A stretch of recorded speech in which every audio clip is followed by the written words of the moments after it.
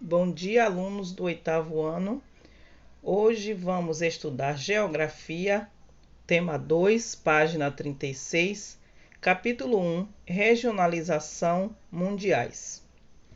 Após a Segunda Guerra Mundial, estabeleceu-se uma nova ordem geopolítica no mundo, o mundo bipolar.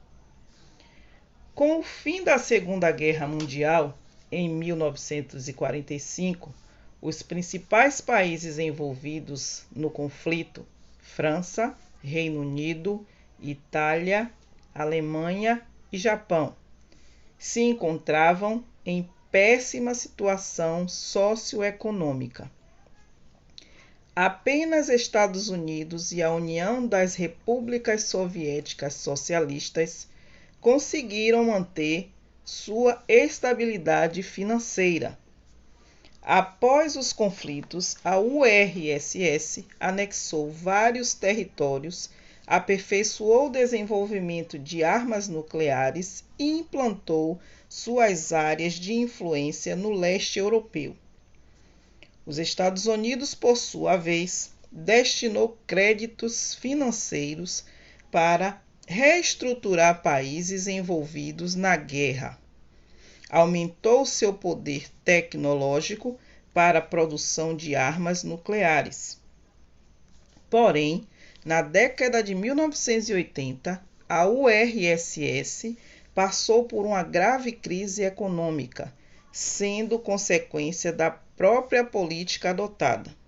O agravamento da crise socialista ocasionou um processo de enfraquecimento na União das Repúblicas Socialistas Soviéticas, que culminou em 1991 na destituição da mesma. Esse fato acelerou o fim da Guerra Fria e, consequentemente, da ordem mundial bipolar. A seguir, vocês irão assistir um vídeo para aprofundar os conhecimentos. Para exercitar, vocês farão a atividade da página número 46 e no próximo vídeo haverá a correção. Beijos!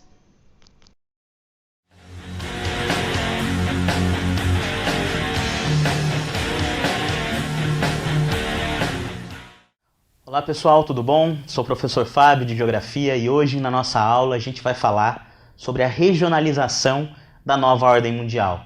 Em outras palavras, o mundo dividido em norte e sul. O fim da Guerra Fria promove o fim da bipolaridade e, consequentemente, o fim dos seus termos.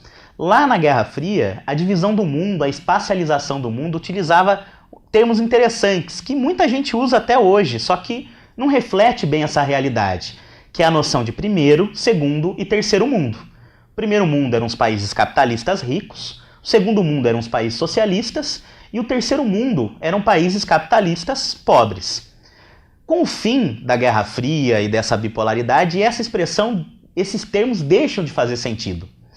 Não faz sentido a gente falar em terceiro mundo. O Brasil é um país de terceiro mundo. A gente está falando de um contexto de nova ordem, as coisas não são divididas como primeiro, segundo e terceiro mundo mais. Essa necessidade de espacializar dá origem a um mapa que a gente tem aqui do lado, que é o mapa da divisão do mundo em norte e sul. Norte aqui não é uma relação física. Sul não é uma divisão abaixo da linha do Equador. A gente não está falando de questões físicas, a gente está falando de uma divisão que é principalmente uma divisão socioeconômica. Norte reflete para a gente as áreas dos países mais ricos, as áreas dos países mais desenvolvidos, a área dos países de melhor IDH, de melhor qualidade de vida. E quando a gente fala de sul, a gente está falando justamente dos países mais pobres. A gente está falando dos países com os menores IDH, com os maiores problemas de violência. A gente está falando dos países, dentro dessa separação, dos países que têm as piores condições socioeconômicas. Essa divisão norte e sul é uma tentativa de espacializar o território a partir dos conceitos da nova ordem. Quando eu falo que não é uma divisão física, você consegue perceber, né? Por exemplo, eu tenho países do sul que pertencem ao norte, a Austrália, por exemplo. E eu tenho países do norte que pertencem ao sul, do norte físico que pertencem ao sul econômico, o México, por exemplo. Essa tentativa de espacializar é uma noção de facilitar a compreensão do mundo. Então, por exemplo, usar expressões como norte, sul, dentro desse contexto da nova ordem, faz sentido. Então, por exemplo, falar que o Brasil é um país que é uma das lideranças do sul. Isso é uma expressão que faz sentido. Ou falar que os países do norte se reuniram para discutir alguma coisa. Utilizar esse termo norte e sul te remete a uma noção de países mais ricos, de melhor condição social, e países mais pobres, de piores taxas de desenvolvimento social. E é claro, como toda espacialização apresenta inúmeros problemas, né? O mundo não é tão simples para a gente dividir em dois grupos, norte e sul. Tem muitos países do norte, dentro do mapa, que não são países tão ricos assim, né? A Rússia está nessa divisão do norte. E tem países do sul que não são tão pobres. Não dá para a gente comparar Brasil, China, países emergentes com outros países do sul. A gente está falando de áreas que são extremamente heterogêneas.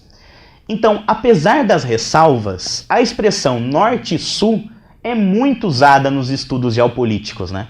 Falar de países do norte, falar de países do sul é permitido, mas saiba que isso pode apresentar problemas e entenda as ressalvas. Utilizar a expressão não é errado, mas é importante que a gente tenha consciência para utilizar sempre do jeito certo.